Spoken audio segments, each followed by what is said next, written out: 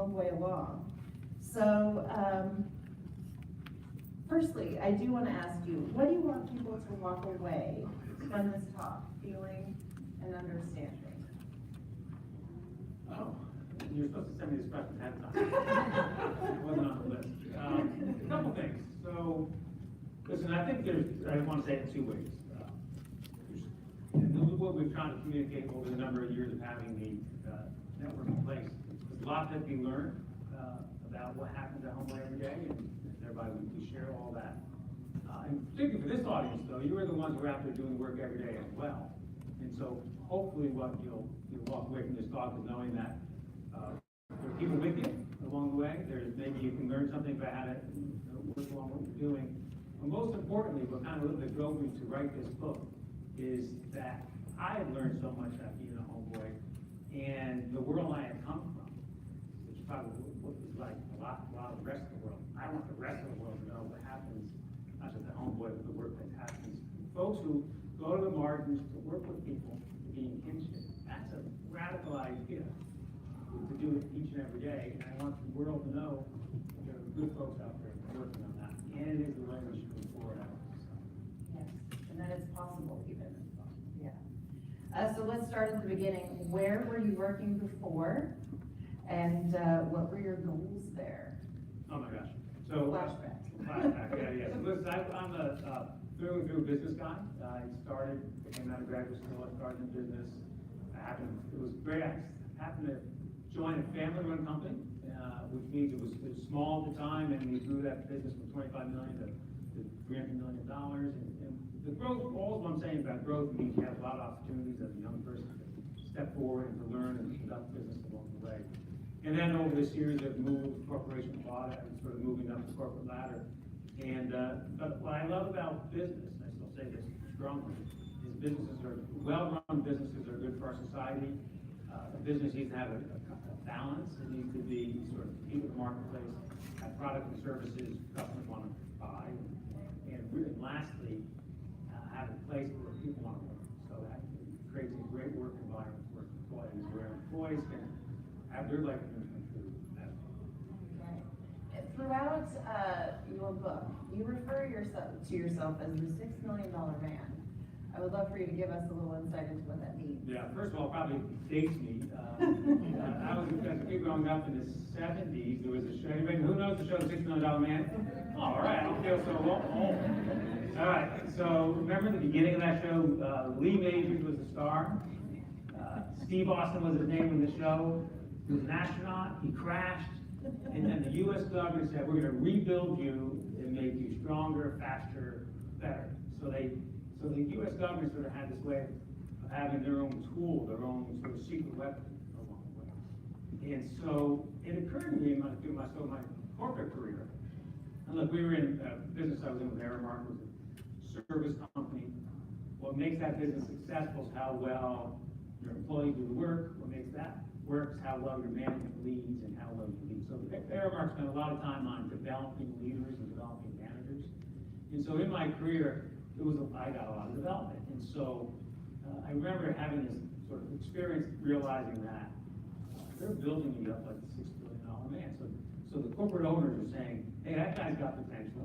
Let's make him bigger and better and stronger and smarter and all more capable than other businesses, and thereby the business can succeed. And so it struck me like near the end of my career that all along, I signed up for it. I was happy to be said, hey, we want to invest in you. We're happy to do well.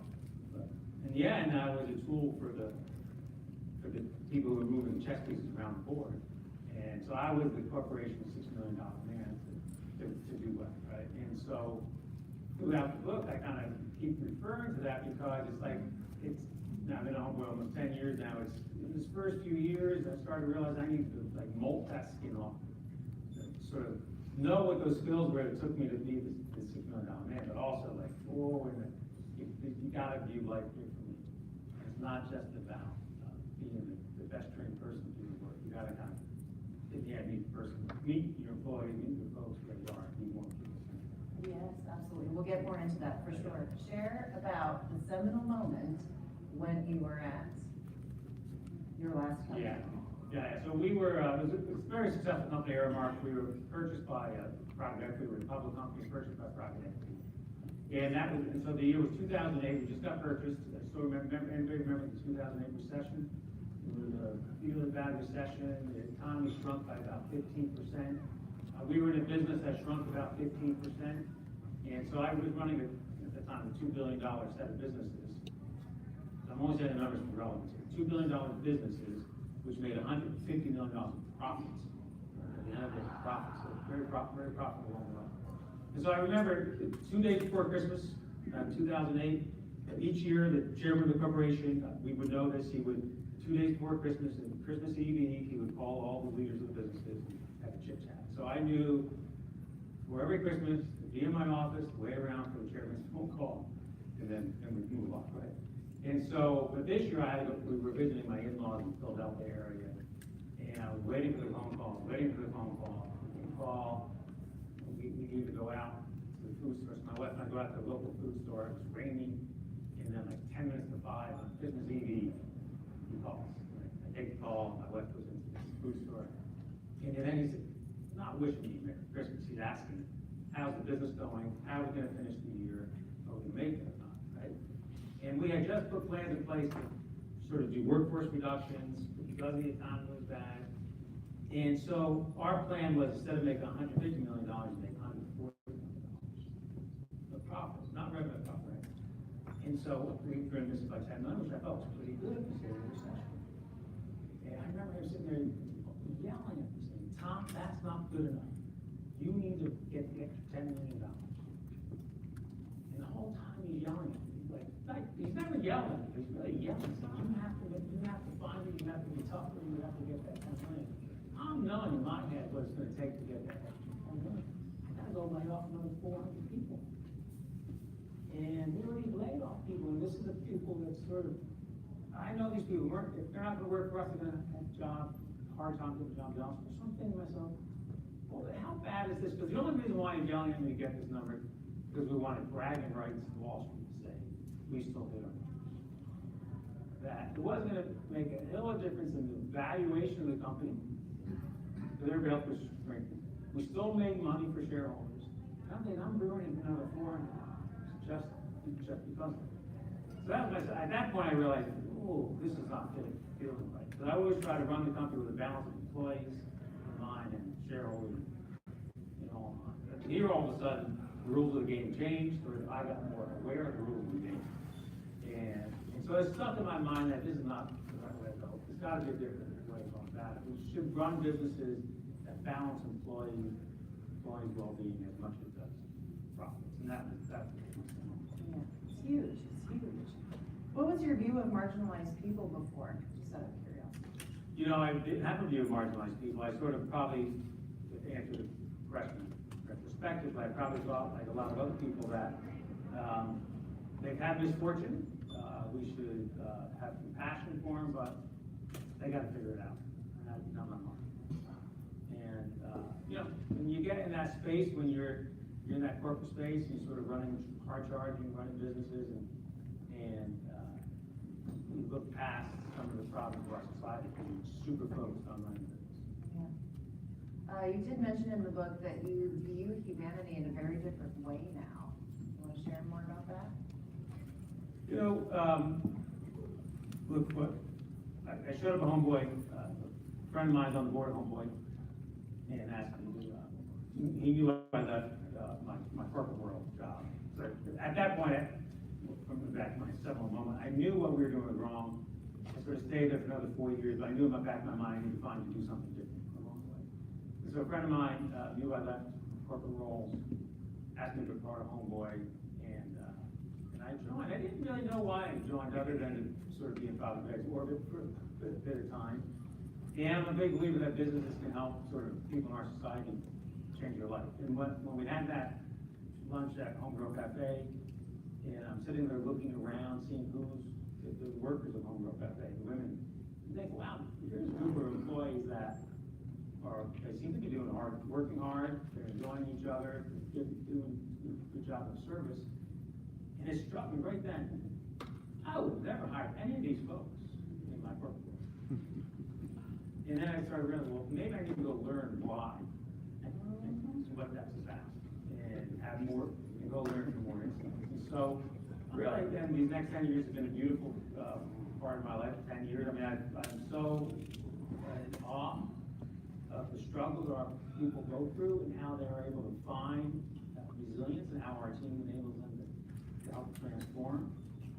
But I think about the problems and the great story about 12-year-old boy there. My gosh, people are able to change life in awful circumstances. And what I've learned about humankind is that people are innately good. I always thought I believed that, God made all of us good. It wasn't, so I showed up at Homeboy Industries. Now I'm so convinced this God's goodness in all of us along the way. And that is actually that goodness that you lean on that helps us move our life forward. Beautiful. Why is it important for people to shift their perspective? Right, because there's so much, a little old-fashioned how we use these words. The poor in our society have such a hard run at it. There's so much our society stacks up against the poor, so it's hard to become unpoor along the way. And one of the reasons why I wanted to write the book was to show that there's a way of going about it. I mean, the Homeboy Way allows people to there's so much economic injustice in this world, so much racial injustice, social injustice in this world. And the population we all serve sort of have all those injustices. And yet we see hundreds and thousands of stories through Homeboy, what you all do. It can change your life and they can move it forward. So there really is a way of getting out of this situation. The poverty rate in America has been the same for the last 50 years. It rises at 12%, same 50 years. So clearly, our society hasn't figured out how to change that dynamic. And yet, my experience at Homeboy is that you head up and say, well, wait a minute, here's an organization and a group of organizations that actually are changing that dynamic. More people need to know that. More people need to know the work we all do. I think that would make a systematic change before. Yes. So in the book, you share this quote that I'm going to read to everybody. And I want you to tell us more about this moment. Having faith in taking a step in a direction that felt like taking a step in the dark, but feeling comforted that it would be okay. And this was from you transitioning into Homeboy. Can you tell us a little bit more about what that was that you were following inside of yourself? There was some aspect of, we grew up a spiritual, faithful family, churchgoers and all. We always our parents taught us to give back and to help out. And so, as you live through life and you try to do well, and we had my wife and I, 2 young boys, and they've grown up, and so wherever they were involved, we try to get involved with them. And so there's always this aspect of giving back to the community, right? And so, that kind of was that wanting to give back and do more for the community, this sort of seminal moment knowing that there's something a little off in our business world. I mean, the way that, if you want, we can talk more about this, the way the private equity world has changed the amount of money that's in the business world, how that's short-term profits versus long-term planning, and all the way. Thinking to myself, there's got to be some other formula there. And so there was something in me that said, keep searching out another formula. But I had the stance of providence. A friend of mine would ask me to get involved, I get involved, and I'm looking, but on that first day, knowing I wasn't ever going to hire those folks who were serving me lunch that day, ever in my prior job. I'm thinking, well, maybe this is a formula of how we can help more people in our society move forward. So I just want to open my eyes up and say, let's be part of Homeboy. Let's now learn what it's about. And that's what we want to move forward with, is teaching other people how we work. What do you suppose that something in you was? What was that voice? I don't know. I mean, look, all my life, look, if you're the $6 million man in terms of being well-trained, you're coached as how to plan strategically, you're coached to make your next move once you already figured it out, right? I mean, joining Homeboy clearly was a leap of faith, and was the desire to be around, to learn something new and to be around people I've never been around. And then the more I got involved with Homeboy, I realized, wow, here are a group of folks, while they have awful circumstances and they've lived and they've had experienced really complex trauma at a young age, which I hadn't experienced, again, I'm in this community, you see in the morning meeting, you see authenticity of the people we have, and started realizing they have more grace than I do. They have more of a sort of a view of their own spirituality than I do. And they have no pretenses. You know, what I've come to learn is that the middle class people, rich people, they have a lot of pretenses, and they hide behind all that. Right? Folks who are on the margin or side have no pretenses. They are who they are, and as they discover their own goodness, they're willing to share it. I also want to point out that it feels like it's a beautiful illustration of what's possible for all of us when we listen to that quiet voice that's inside of us, that has nothing to do with all of the chatter in our brain, that's telling us, are you sure you want to make that move? Well, for sure, and that was the thing, you sort of take that risk. Now, I didn't risk my family or my livelihood with that, to be clear, to be honest about that, right? But I just, to spend time with people I never spent time with, it takes a leap of faith. And so, part of the message of the book to the community I came from, why I wrote the book, was take that leap. You know, Yes. I'll always have everything planned out. Follow that inner voice. And see where life takes us. Yes, beautiful. So now we're at Homeboy, and here's a quote from the book, Homeboy Way. It was an eye-opening experience that the individual was more important than the financial health of the organization. That excited my inner sense of right. That voice inside of me told me to lean in and learn. So you had a learning curve. Yeah, sure did. You know, it's, when I joined Homeboy, I was sat in our council meeting, and if you've been with us before, you've heard us talk about council, where at the time we had a council meeting every day. Right after the morning meeting, we would go to Greg's office, and the 8 or 9 leaders of Homeboy who were dealing with the everyday clients and trainees would sit, and we wouldn't talk about policies and procedures, take time decisions. It would be, we would talk about the person, one or two of the trainees who were having a problem that day, and we would kind of brainstorm through how to help them. And so whether it would be they needed money because they needed rent this month, or they needed money because they needed to go to the dentist, or why they didn't show up for work for the 3rd time in a row. You know, so the council was kind of work on how to help them, right? And so, and I still remember sitting there listening to these stories, and every, you know, I knew enough to stay quiet at the time. You know, I had all the hubris of a corporate CEO, but in that situation, I was out of my field of expertise, and I would be listening to some of these stories, and I'd be thinking, well, what would I do in my old world? How would I make this decision? First of all, I would ask 8 people all their opinions. I was sort of make the decision. And then listening, it was like, oftentimes, it's like, I'm thinking of what I would do, and I would, well, the council and Greg would go the opposite way of what I would have recommended. Right? And I'm thinking, whoa, that's a head turner. Why would you do that? And then, but you're there long enough to say, oh, well, let's see how that plays out. And more often than not, by giving the person the extra chance, and not just, don't sort of judge somebody by their behavior, but get underneath the surface. Why they weren't showing up for 3 days in a row? What was happening in their life? What was the drama that was happening with the baby mama drama? What was happening with the parole officer? Why were they leaving an assholes? Or what was happening with, you know, one of their homie gang members who sort of maybe violent incident this weekend? So you have to get below that. You can't just kind of just check the box or just reactions as you've done. And so I would realize, wow, we are actually making decisions on the individual and not worrying about how that's expressed.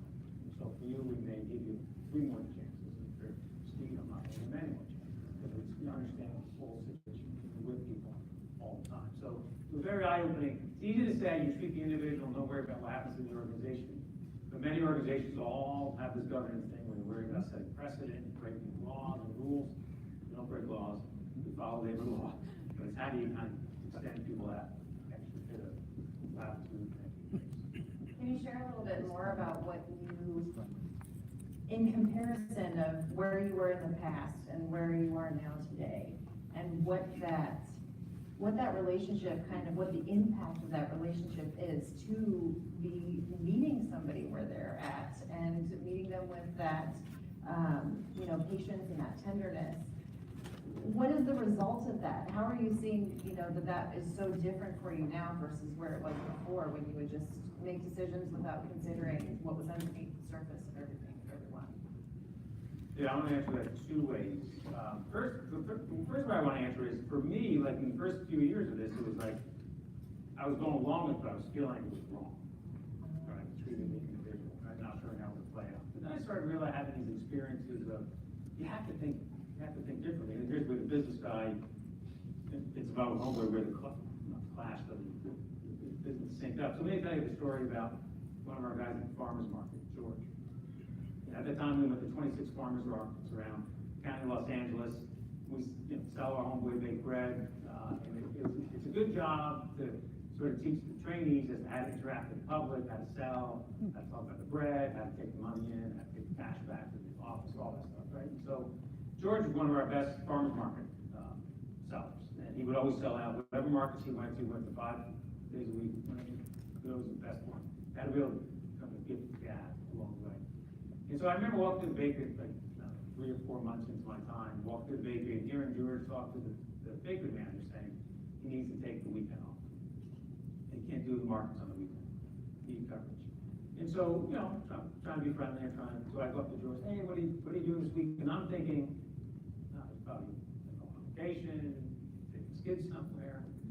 And he says to me, he said, no, I'm reporting in. And I said, what do you mean? He says, well, I owe money, I get out of the system, got a lot of debt, so he's reporting to county jail to earn off the amount of money he owes. Rules have changed now, so that's not as much a situation, but so me being a business guy coming in, there's no love about people. Here we have an employee who's voluntarily reporting at the county jail so we can retire his debt. So I go home that night thinking about, well, that was a really responsible thing for him to do. And wow, can't we figure out another way of him having to pay off his debt without him reporting to the county jail? But he's trying to do it the right way. He didn't borrow money from his gang members. He didn't sort of borrow money from Loan Shark. He said he was going to do it this way. So I spent the whole weekend thinking about that, thinking about George and how that was playing out. Fast forward story, following Monday, Tuesday, I see him situation. I had to go, and I can then see the stress on his face. And the stress was, I started looking at this, and what happened was, he has sole custody of his 2 children, 10 and 8 years old. And the person who was supposed to watch the children didn't show up. And so he reported into jail and left his 2 children alone in the apartment the whole weekend. And he was clearly stressed all weekend about it, right? And fast forward, they turned out okay. But here's the thing. So for me, being the smart corporate guy coming in thinking he knows everything, think, oh my God, here's an example of the stresses our population faces each and every day. It shows you they're forced to make, the society forces on them to make. Right? And so that's the first lesson we want. That's to be more patient. But that second lesson is what I learned from being a homeboy also is don't judge. I mean, the instinct is to sort of think how what you would have done, how you could have done differently, or why did you do that, you did it wrong, you made the wrong choice. Clearly he knows if you have to do it differently, we do it differently again. But it's that instinct of not to judge is a big thing to learn. And so you ask what's changed. Not that it's easy to do, but just don't judge people. Just take them for that, try to understand how you move forward. But think about it, if you're running businesses, you're constantly judging people. You're constantly measuring people and trying to stack them up against each other. But the Homeboy Way is that not judging people, and allowing people to find their own self-worth in what they do, and find their own resilience by loving themselves as God loves them.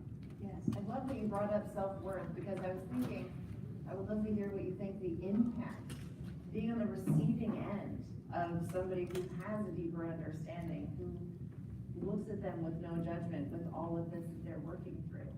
How do you suppose that affects them, and how they then continue to show up to Homeboy, to continue to show up to, transform themselves? How do you suppose it feels for them on the receiving end of that? Yeah, okay, so I'm going to apologize to the team here who can answer this question way better than me. So I kind of shortened it down. Here's how I simply think about it, right? What works in the end here, right? And so it's the constant loving, right? So what's our secret sauce to Homeboy? It is We love people. We don't judge them when they come in. They walk through our doors, we don't judge them for their tattoos, the color of their skin, the crime they did, the gang they're from. We move into relationship with them and we love them. Okay, what transforms them is that, this is my words, only my words. I think they finally find that God loves them. And once they realize that God loves them, they can love themselves. Once you put those two aspects in place, then they move their life forward. And that's where they start understanding themselves. And they hold on to that, and that's what we do forward. So we got this whole big team around that kind of sort of does a lot of great things to get people there, but in the end, it's the individual making those discoveries. That's fantastic. I appreciate hearing it from you specifically. I think because in contrast to, not that I'm trying to make you out to be this like snake from the past, but you know, it's heartening to hear what has impacted you, because if you can see it, that means that something shifted in you also. Oh, yeah, no, I just want to say, we're going to bring Shirley and Steve up in a few minutes, but I want to get to, so on that theme of what I've seen, right? And so I see what it takes for people to change their life and why they change their life. I also see the hurdles that are put in front of our folks and the challenges society throws at us. And I want to talk about anger. Yeah. Because that also makes me angry. So being part of Homeboy, you're part of the Homeboy family, right? You're part of who we are about. And so early on, most of the time, we've always struggled to find money, to go after money. And so as I think about what happens at Homeboy, I think society doesn't really understand how to help people who are struggling, how to help organizations struggle. And so whether they're elected officials who come and visit us, or whether they're business people who come visit us, or famous Hollywood people who come visit us, they all come with judgment.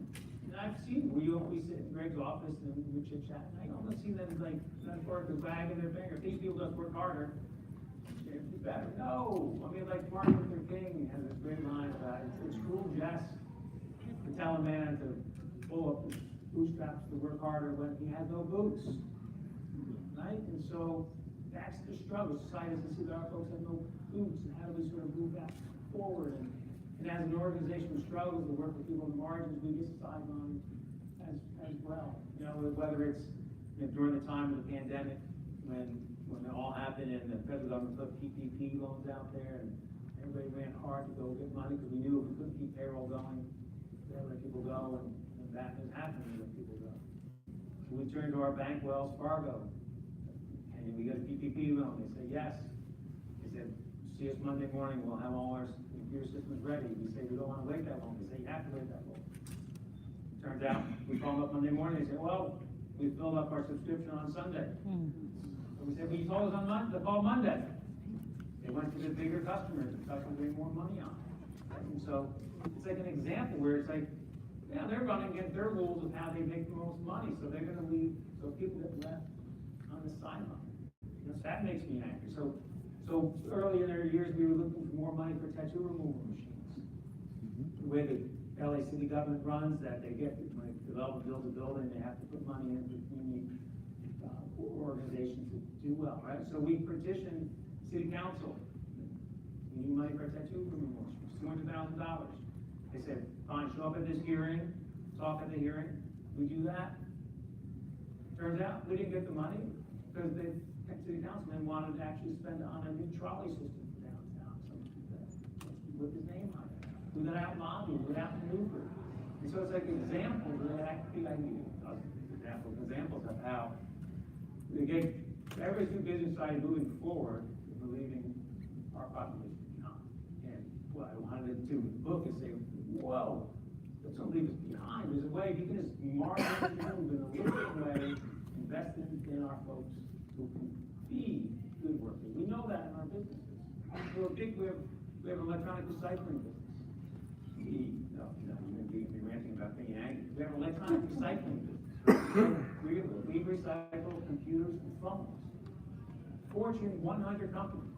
This is the time where George Floyd and all the newspaper articles that happened, and all the corporate CEOs who wrote these letters and these essays about how we got to do better. Racial injustices are out there, how we got to do better as a society. That CEO of the Fortune 500 company, Fortune 100 company, wrote a beautiful letter. We go to them 3 months later, hey, can we do your recycling business?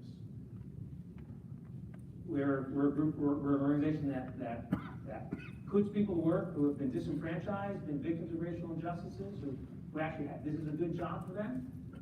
They say to us, no, your prices are too high. We can get it cheaper. Well, we know getting cheaper means in the end having to call some supplier who goes to Mexico, goes to China, but it's like, but it's an end around. What, they couldn't spend $400 with us?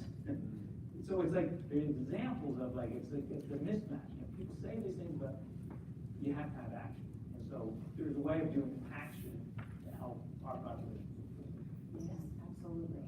So before we kind of move on into this next phase, I do want to go back to, you know, what we kind of talked about is you reorganizing the organization and creating leadership from within. And I know that you talked about a couple of themes that were breaking some ideas in your head that you had from corporate America. You know, that meritocracy works for everybody, work hard to get ahead, measure people's worth, those kinds of things. And you were like, these are rules we need to break. This is what you have learned from Homeboy. Yes, sure. Exactly. So tell us a little bit more about that. Yeah, but unfortunately, you know, not just the corporate world, but the outside society spends a lot of time measuring people. You rank people from top to bottom, particularly in corporations. And it goes, if anybody's working at a company, maybe even government agencies, you know, you have this annual performance review and you get ranked, how you're doing.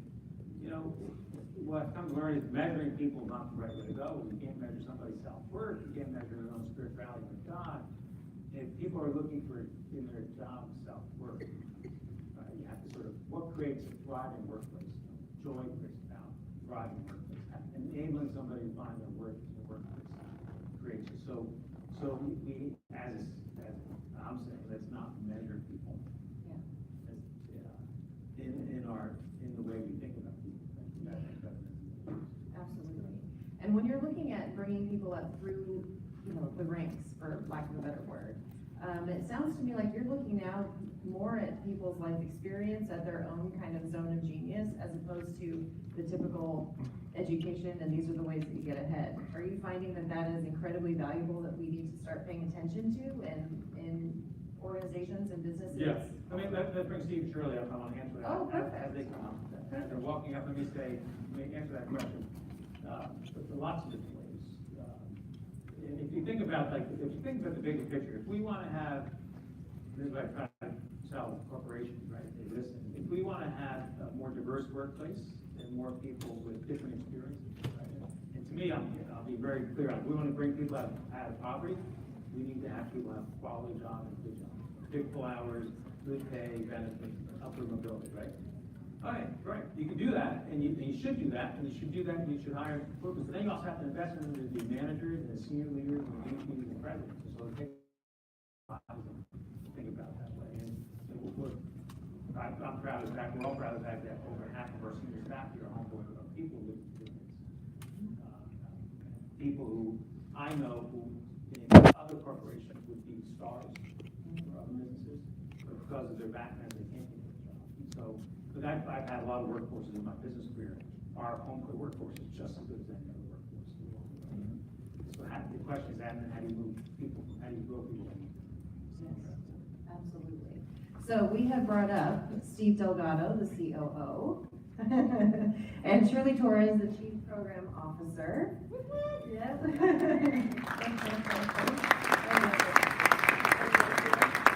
Doing good? Awesome. So let's go to Shirley first, because you had actually mentioned when you and I spoke earlier, you had mentioned that Tom has helped you with your own leadership skills, especially with developing leaders from within. So can you share a little bit more about your experience there? Sure. I mean, I guess I first want to say how when I first read the book, I actually went into Tom's office because I looked at the language in there. And I'm like, Tom, did you write this book? And I actually want to read this because it's one of my favorite chapters. This is chapter on grace and how gratitude and generosity make a way for grace. And he says, grace is the pot of gold at the end of the rainbow made from generosity and gratitude. As you become more generous with an open heart, you can be grateful for the gifts received For the giver, the payoff is momentous, a moments of grace that open to you. Drinking in these moments of grace makes you want to become more generous and grateful, a beautiful circle. And so when I think about Tom's book, you know, first of all, Homeboy is sort of a class on vulnerability. And when I met Tom, I didn't think, and I'm ashamed to say this, but I didn't think that I learned from him as much as I have. In fact, I feel like he's held up the mirror to me. Because Homeboy is really about challenging our preconceived notions of enemy and other. And at the time that he came, I thought, well, we had already had 2 CEOs from corporate America who came in and who didn't really give a shit about our community. One of them played solitaire, if you remember, and drank Diet Coke, and another one ran a party supply company. But Tom was different. Where he spent his time mattered. He interviewed people, he learned from his mistakes, and he challenged me. He challenged me to break the rules, you know, and when I read his book, I thought, wow, Tom's transformed his life. You know, sometimes we think Homeboy is about gang members, and it really isn't. It's about all of us. It's about the work we still have to do. And I had work to do, and sometimes God puts people in your life that challenge you, and I think Tom is one of those people for me. He is someone that I admire now and really learn from and value. And in our darkest moments, he stood with us. And I was able to witness him bat for us. I was able to witness him challenge people at tables. And it was good to have someone in our corner who liked to win, though, too. So I want to say, you have to have a kind of confidence to say, what we do at Homeboy is not only valuable, but it's worthy. And we did come to a juncture where I remember, you know, I always had a prayer when I came here 20 years ago that the day would come when Homeboy would be run by the people at service. And that mattered to me. And Tom made it happen in a lot of ways. At the time when he was challenging me, there was this whole thing where he wanted to promote very quickly two very talented, I would say, homies that were genius and that part of the place. But because I had sort of come from a community where it's like, well, you go to school, you get a degree, and that's how I sort of had found my way, I almost made it too precious. And I remember sitting in his office and he said to me, this is simple, you're overcomplicating it. Do you believe in them or not? And not only did he promote them, but he paid them, and that matters. Because so often we promote people without compensation, without equity, and as I read the book more, I saw that he had Pablo Freire, that was one of my greatest teachers. And I remember I had talked to Tom about Pablo Freire, he didn't know who he was, but then he wrote about it. I went and read them then. And I remember one of my colleagues said to me, sometimes the oppressed become the oppressors. And it's important for us then to always check our own pulse before we run to the rescue to try to check the pulse on anything. And I think in that way, I learned so much about how it's important to break the rules in leadership. How sometimes folks don't always have the opportunity, and school may not be the way, but the experience and the genius and the talents that people have need to be rewarded, and the time is now. And we can't wait, and we can't make it precious. And so I think for me, Tom isn't always as vulnerable, so reading his book, I was really moved by the ways in which you talked about and owned your privilege, and talked about just how Homeboy has changed you to go deeper, and not settle for sort of the shallow or the surface feeling good about giving someone, but lifting us all up. And I think the chapter that you mentioned on meritocracy is one of the most important chapters. I think that the world and all of us have to learn from, because meritocracy really is about enabling and sustaining a kind of a certain status quo. And in my time here, I know that Homeboy is all about challenging the status quo. and that we need to do that now. Absolutely. And I love that you had said to me, you said, it shocked me, he challenged me on my own compassion. You know? Yeah, especially I would say over the last, the last almost 3 years, we've been in a global pandemic, and we've been in the trenches, and we work at the crossroads of life and death. And we have moments of joy and laughter still, even in that, because that's who we are. But there's been times where we've experienced, compassion fatigue, and we're trying to do things, and we're trying to help everyone, and we're trying to do it with access and equity at sort of the center, and generosity. And these challenges that comes in, I'm like, wait a minute, how did the tables turn here? But I do think that it's important for us to think about, how we learn from each other, how we continue to evolve as people, that none of us have ever arrived. And I'm grateful. I'm grateful that you honor the Homeboy Way and the grace, and that you do it to build bridges, I think, for more folks to understand that from like corporate world. As someone in social services, you're trained and you see things a certain way. So like the $6 million, wait a minute, like you don't really, I've never had heard the concept. I didn't understand it. Because what I've been known at my life, the Homeboys, and I hope that Tom knows this, is like, we're so much more than that. We're all priceless. And we're all called to access our gifts and talents, and not build good careers and great lives, but to live our life purpose. And that's really God's dream for all of us. All right, I'm gonna go over to you.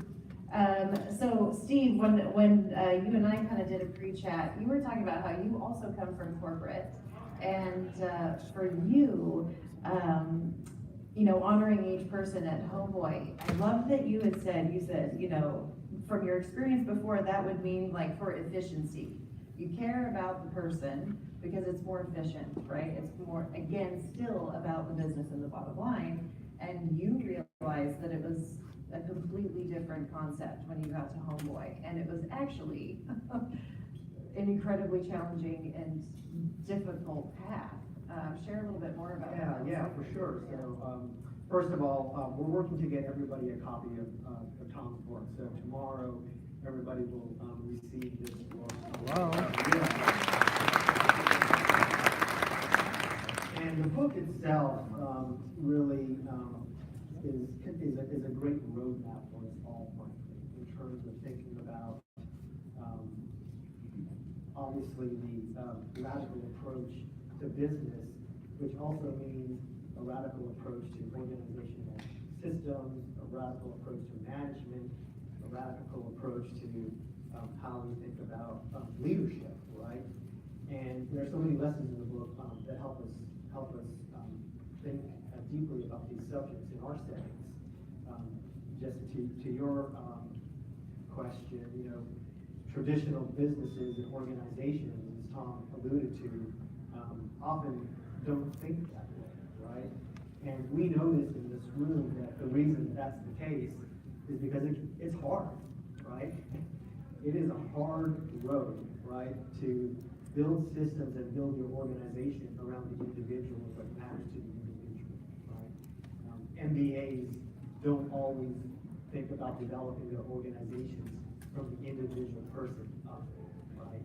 So in the book, these important takeaways on how to actually think about organization, how to actually think about management. There's a great roadmap there. And Tom ends the book with 55 rules to be broken. And what we're doing at Homeboy is really trying to take those rules, which are the Homeboy Way, and find resources and partners who also recognize and know that the system needs to change, right? And it's about building those alliances and finding those partners and staying committed to a new way forward that is really going to help us, with a radical approach, right, and help us accomplish our vision. So, that's a little bit of the dichotomy. Yeah, if I can jump in also, so, yeah, so, I appreciate it. So, like, I really keep saying it's hard, because what we all do is hard work, and I guess what we're trying to get the message out, not just to this audience, because we do hard work too, but it's the outside audience, that you're playing the long game, you're actually doing this work to kind of build people up, and give people chances who never had a chance, and that the amount of resources that takes, and the effort it takes is pretty large, and society will be better for it, but it takes that mindset, and it starts with the mindset of the individual over the organization. That's right. And so for even all of us, we sometimes we fall into this trap of the organization first, people second. How do you stick to people first? That's the Homeboy Way, as Shirley's a great leader as well, in terms of having passion and caring for people, as opposed to worrying about the team leading and team members. Yeah, Greg often says, and this is a little bit of it as well, is, at Homeboy, we sort of do the opposite, right? If we're not doing the opposite, it's falling back into what everyone else is doing, and the approach, which is not starting from within, right, starting from without. So, and that's the radical approach in many respects, right, is doing that. It sounds to me like all of you have gotten really kind of comfortable in the long game. Now, I don't know if comfortable is the right word. We know we're in the long game. But that's it, is understanding that the long game is what's necessary, because change doesn't happen overnight for a human being. It's, growth is absolutely an evolution process that takes time for all of us, we all experience it in our personal life also. So it's a matter of getting comfortable in that notion of hanging in there, essentially. Is there anything you can kind of speak to that? Yeah, I'm gonna say something first, I'm gonna toss it to Shirley. Oh, yeah. Look, so we understand, it's funny how it all syncs together, right? We understand for our clients, while we talk about having an 18-month program, very few clients go through from beginning to end straight on, right? They fall backwards. And we hold them, but we don't, when they're ready, they can come back along the way. And it's that attention to the individual, what the individual needs to finally sort of get that resilience that they can take on what society throws at them. And if you think about that as a style, and same thing about leadership development, managerial development of people, right? So we have my own informal survey, our trainees, our clients, 90% have never held a job for more than a month in their life before they get home. Right? And so there's no sort of muscle memory of working, and no sort of understanding the rules, just on the sheer working side, understanding the unwritten rules of how do you perform in the workplace. That's we get there, but we first start with the feeling of it, right? And so, what we want to get people, we want to grow management teams within, so they started training to have them really work. So it takes a long commitment, a long time for them to gain enough experience with what they're doing, move them forward. At the same time, as Shirley talked about, our folks have a really great genius insight to people. So you gotta marry up their insight with sort of the other training along the way and push them forward. And that's what creates a workable team. So you gotta understand that's the long process. Yeah, absolutely. You have some insight around that, Shirley? Well, I just think we have to keep challenging, like, what are the jobs? And me and my team have talked a lot about more than career pathways, like how do we honor the hunger for a better life through whole life pathways? So that people and that we use our own social enterprises to really help people sort of work through a task together, to fall apart and get up with support. But that we're really now, and as an organization, also building to figure out where do people land in a way where they have higher choices and chances, and how do we build an ecosystem with partners to help us do that? And so I think we have to continue challenging, like, what are we comfortable with? And sometimes we're uncomfortable with sort of director leaders that are really at the executive team level. And I think that has to be challenged, because otherwise we're just recreating the same system and moving around the furniture and calling it something different. And I think Tom is committed in the long view, understanding that this is the only way forward. And that's the authentically like what we wanna honor and how you really build healthy communities, along the way. I also just wanna add that one of the things I learned from Greg all these years is, and I think this is where like Greg and Tom are the same, and like they're fearless in their approach to ensure that everyone that in this pursuit of like happiness and freedom for all. And Greg has always said, there are more things than money that can shut a place down, and I think hope is one of them. And so it's important to make sure that you balance that you can have the money and you can keep going, but you wanna make sure you know what's negotiable and what's not. And I think for me, when we are, this commitment about leadership from within is about the next person coming through the door that is hopeless, that sees in the person serving them or leading the way, someone that mirrors them. And that's hope in the flesh. And that's what we call it, someone you can touch. It's not no longer that hope is this thing in the clouds or accessible, but you can see that person. And you say, all right, if they're there, then I can do it. And I've seen that happen at Homeboy with like home ownership. And people are not saying, I'm just gonna leave my neighborhood. They're homeowners now, and the kids are playing. I get to hear these stories of like them like riding bicycles in neighborhoods where they feel safe, and that creates the ripple. And so I think that is the one. I mean, it's so beautiful because then they become agents of hope in their community, and that's the ripple effect, right? And that's how we break cycles. Yes, exactly. Jessie, can I comment on that just Yes, a little bit as well? And this is a little bit of a hopeful observation and hopeful takeaway from the Homeboy Way and Tom's book.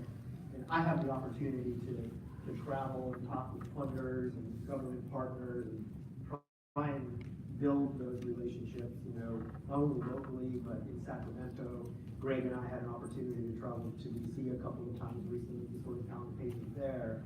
And, you know, I just think now more than ever, the radical approach that Tom talks about in the book is building traction.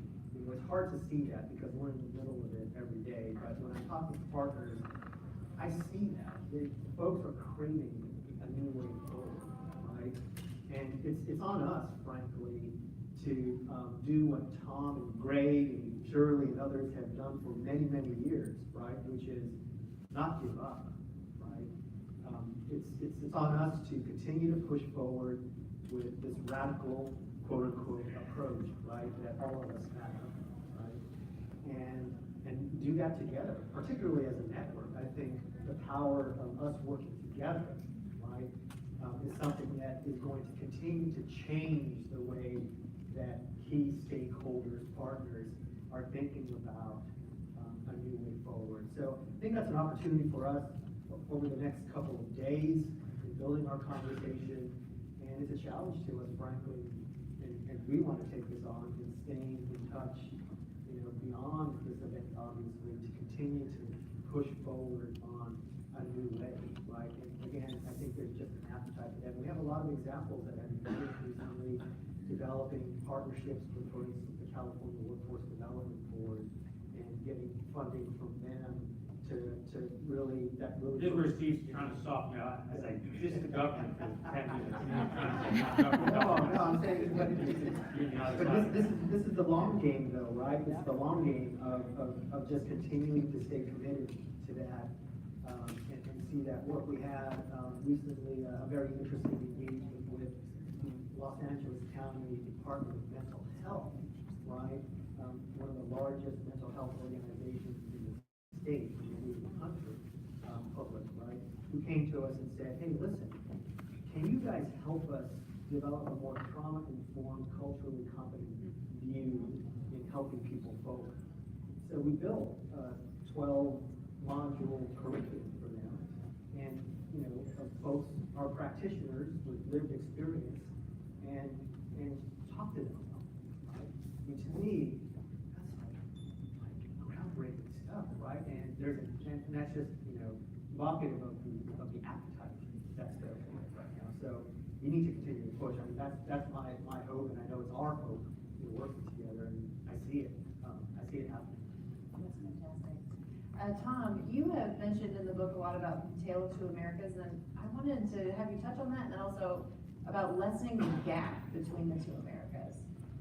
Yeah, I mean, kind of fits into the anger portion of what Yeah. I'm saying, is that, like, there's so many barriers. If you're poor in America, it's hard. I mean, America, I come from, right, it's good access to medical care and dental care, and I can rent an apartment. I see what our folks struggle at is, oh my gosh, healthcare is really different. I mean, I see people go down to Tijuana just to get medical care or dental care. They pay cash, and then, most of the time it doesn't even work out. It's like, why are we struggling with that? And I see the young women who they're choosing, they come in for a loan because they need to buy diapers, they're choosing between diapers and food along the way. I see mental health in our society is awful. The county of Los Angeles is awful. It's sort of, I'm not sure if I use the word "use" the right way. There's two people I always keep in mind as I think about this. We were part of Homeboy, right? And she's Mexican, but she lives on the streets. Because she's not violent, no one takes care of her, so she's fallen through all the cracks in the county, and she lives on the streets. And she's a wonderful person when she's on her, when she's a wonderful person, but she's on her meds, I mean, she's great, right? And the other story of the other woman, she died in her 40s of heart problems. And she was with us for 10 years, off and on. Did her drugs, came back and forth. Always had a bright smile, always very engaging. And I know if she was my daughter, I probably would have figured out some way, somewhere along getting that health care. But in America, in America the poor, it is way different, right? And it's so many barriers to keep people down. So back to where I had come from, I didn't think barriers kept people down. I thought people kept themselves down. But no, it's like so many things are in the way. And so part of the two Americas is trying to say, and that's not a new concept, you come up with it, but it's trying to say, as it was reading the book, the rest of society, they read the book, it's like, there really are two Americas. And it's not hard to move a little to fix it. Yeah. It's just not hard, it's just that people don't see there are two Americas, they think there's one. If you were speaking to somebody who's straight up corporate, right, sitting in the chair across from you, what would you say, what are some pillars to creating that bridge? Yeah, hire people, right? Don't have the barriers against employment, which we all are fighting for, right? Don't have the barriers, and just don't hire people because you're forced to hire people. Hire people and invest, and allow them to know what the struggles are in life, and if you kind of give them some latitude, you're going to be really loyal employees. They're going to be really good for you long term, and they're going to be productive workers. Right? And if you use them. I'm talking to them, I'm using their word, being productive workers, and what's your return on investment. And it doesn't take, actually, what's interesting about this, it doesn't take much of a mindset shift to go there. It just, you have to have a mindset shift to actually say, we're young, we're gonna have, whatever, 15% of our workforce, we're gonna hire people who never really had jobs before, we're gonna spend time training them, we're gonna build them up. I want to go back to my anger for a minute. And I sat there in front of someone who spoke American, and I'm telling all these things. And he says, well, and we're actually asking for money or donation. He says, no, why would we donate for you guys? Why don't you just tell them, your people, Amazon time, a lot of people, just go have them working.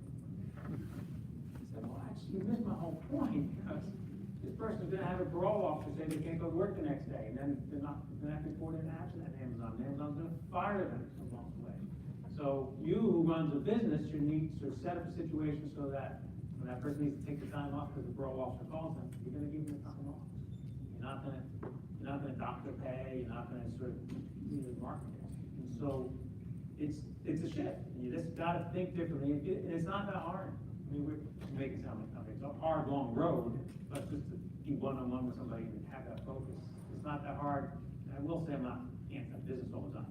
In my career, I've worked with a lot of small family-run businesses, and I think family-run businesses sort of have that heart that they treat everybody as more family, and they understand that different perspective. So it's not like it's a unique thing I'm trying to say. It's just saying big corporation leadership. Yeah. And this is where I'm just curious, how many folks in here have social enterprises or are interested in social enterprises? Because this this is obviously where the power of social enterprise really manifests itself, right? Because it's work and workforce development is about healing, right? It's what we're working to do at Homeboy is expand our social enterprises to create more quality jobs for people, but really working to create more healing opportunities for people through work, right?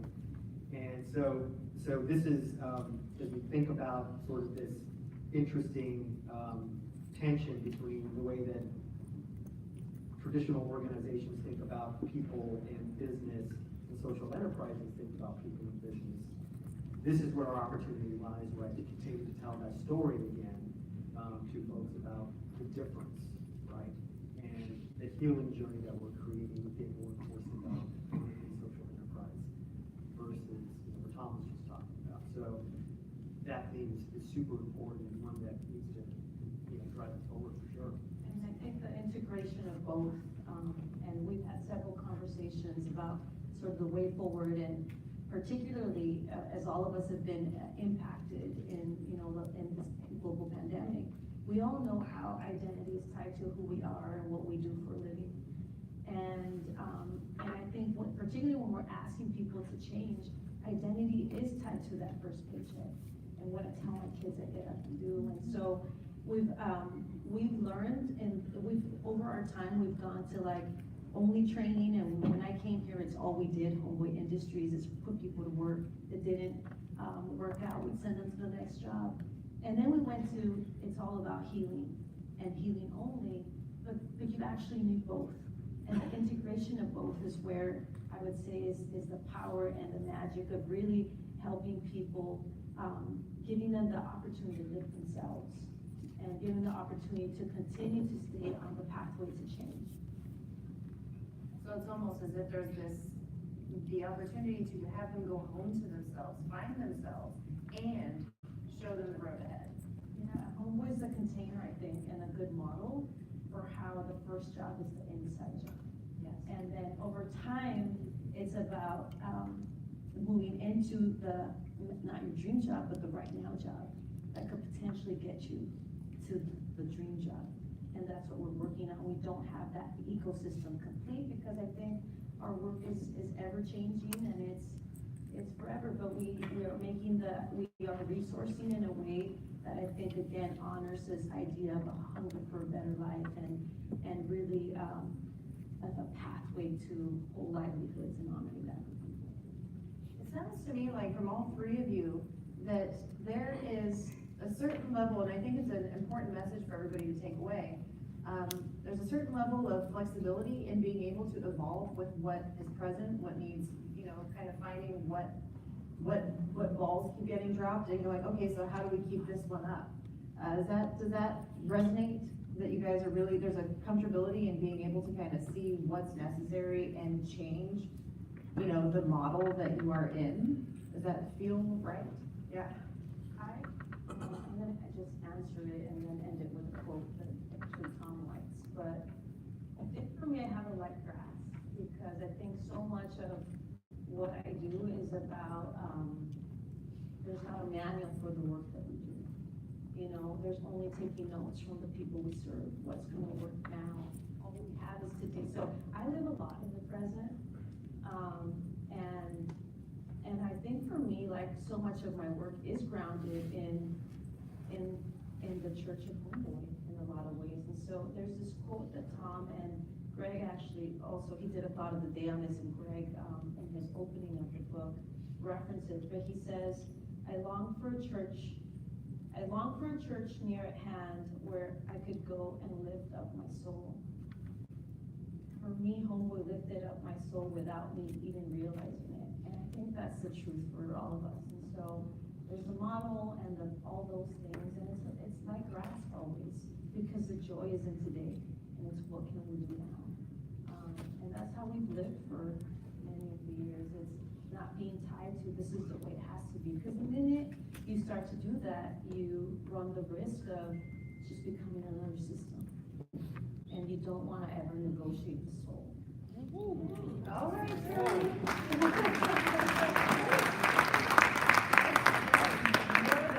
Organization Absolutely. No? Do you guys have No, well, anything? no, Yeah. that's the point. I mean, Yeah. well, I think it was a good job of Shirley did there, but it's like, I mean, right, you can think about taking, we're, jumping the ball and doing all the process and all that stuff. No, what we're about is being in the community with people, if that's your model. And I love Greg's phrase that we all use, try to get them have a light grasp. You don't hang on too much to one thing, and if it's about being with people, and helping people move along, and being in the margins of the relationship, that's when you come in everyday thinking, then it all plays out. If you think about the process side and all the goals, you get stressed. Yes. And then you don't find joy in the workplace. Yes. You just feel like you got this to-do list. But finding foundational joy is important in your working life. You do that as like it's people you're with and what your position is about. And then everybody who's in the community and organization feels that, you know, everyone that you're serving feels that. So it keeps the spirit alive of, you know, I want to go there. You guys are all stressed about how this is working, it would probably fall flat on its face, and you three and Father Greg would be the only ones left in the building, right? So where is Homeboy today? How are you guys doing? Oh, let's keep it as that. All right. Oh, wow. You're doing terrible. You know, this has been obviously been an interesting time for all of us, right? These past 2 years. And, you know, it's a tale of two cities in some respects, of course, right? For Homeboy Industries, we've had a lot of tragedy over the past 2 years in our community. We've had more than 24 current or former clients die during the pandemic. Think about that. You know, it's one a month. We're very close as a family, and that obviously has an impact on our organization. And that hasn't necessarily been from COVID, right? From all of the things that we know are exacerbated by the pandemic, where you know, Black and brown people are, as Tom said earlier, you know, taking advantage of this of bad things. You know, it's always the case. So we've worked really hard to continue to uplift the organization, and interestingly, it's really emboldened us as an organization to do more for people, you know, as opposed to, you know, sort of shrinking and saying, hey, this is too much. We're just incredibly privileged to work alongside such courageous people who are saying, no, we're going to do more. So we've launched a number of initiatives to try and do more, to help more people. And we're trying to tell a story of transformation and transformative ideas for people, as I said earlier, and organizations and partners that have an appetite for that. And hopefully that appetite will continue, right? And we won't lose our way and lose the opportunity of this tragedy that we're working through to really make a new way forward. So we're on good financial footing right now, obviously, and I think most importantly, we've got an organizational leadership team that's very aligned, and that's so important to being nimble and being nimble, right? Folks who can work together, think far ahead, think close ahead, and bring those worlds together in an important way. So that's my quick answer, and I probably didn't in my last thing, but I want to challenge everybody here when we get this report also. Tom just talked about joy. Everybody here is either an aspiring leader in the organization. And I think chapter 8 in the book, which is entitled Joy is Foundational to a Thriving Workplace, right? When we talk about remaining nimble as an organization to deal with today's challenges and tomorrow's challenges, it's a really complicated chapter. It's not a long chapter, but I've read it like 3 or 4 times and I'm still working through it.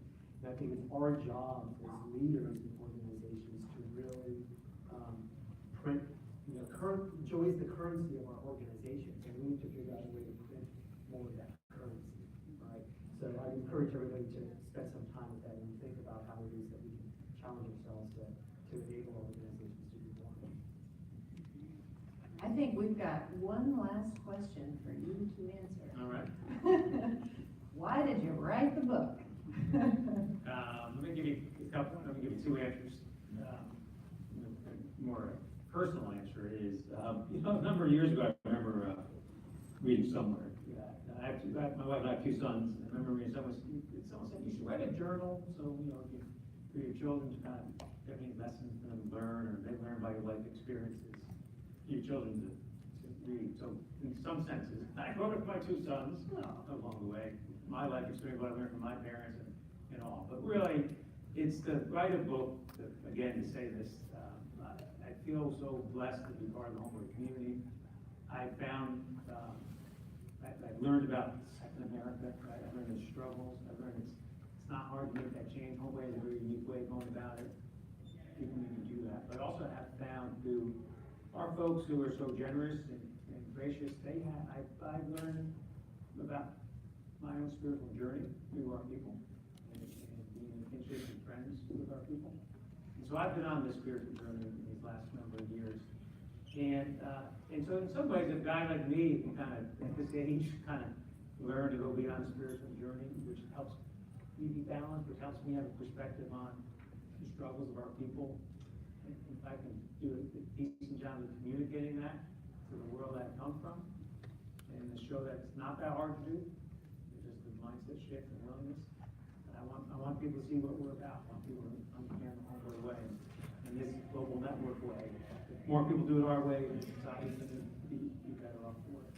And so it's about societal change, but about individual change. On your own spiritual path, which leads to a choice. Yes, and I would like to get your input, Shirley, on what it was like to get this book in your hands. What did it do for you in relationship to Tom and just your own personal relationship to Homeboy?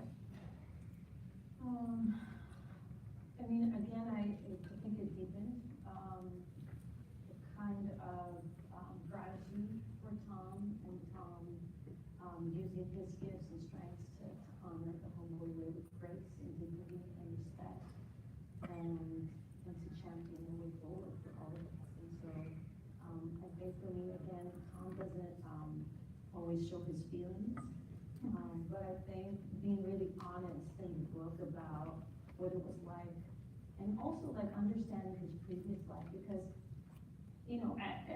I think being at Homeboy so many years, we want to really delve into people's past unless they're forthcoming with it. And so I think it was important to get an understanding of the context that shaped his life.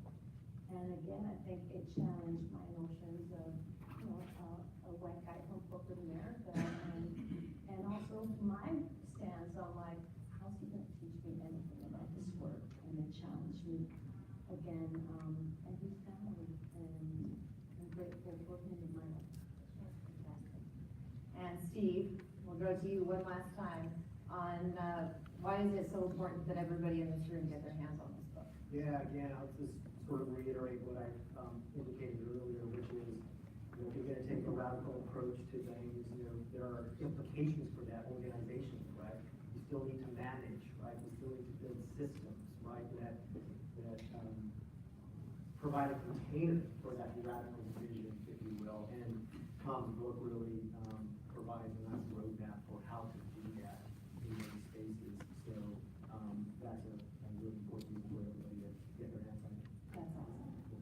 All right, any final thoughts, Tom? No, listen, I appreciate all the nice words. We didn't bring you up here to say those nice things, but I want to say, it's like, you all get here, but it's pretty audience of the book.